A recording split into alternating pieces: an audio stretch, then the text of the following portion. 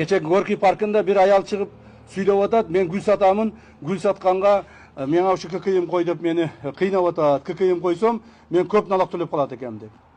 Ай туугандар, ошо гүл саткан аялга айтып койгулачы. ККМ койгон болсо, эч кандай налог төлөбөйт. Эгерде бүгүн патент менен айына 5000 сомдон төлөп атып, жылына 60.000 төлөсө, жылына 60.000 патент менен төлөсө, а ККМди койгон болсо, жылына 1 сом дагы төлөбөйт. Себеби ал аялдын, гүл саткан аялдын жасаган кызматы айына 1 миллион сомго жетпейт. Жылына 15 миллион сомго жетпейт. Демек ал эч нерсе налог төлөбөйт. Мына ошону түшүндүрүп айтып койгон адам жок болуп атпайбы?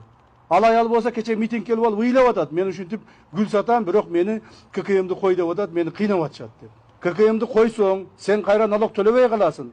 Баягы патентке кетирип аткан 60.000 сомду жылына төлөбөйсүн деп түшүндүргөн жакшынакай адам жок болуп атат. Ошондуктан ушул ситуацияга келип такалып атабыз. Ал бул иштерди жүргүзүүнүн бардыгын мамлекеттик органдар жасаш керек эле. Ошол мамлекеттик органдардын арасында айрыкча налоговыйда иштеген кызматкерлер жасаш керек эле. Бирок алар өз ишин так аткарган жок.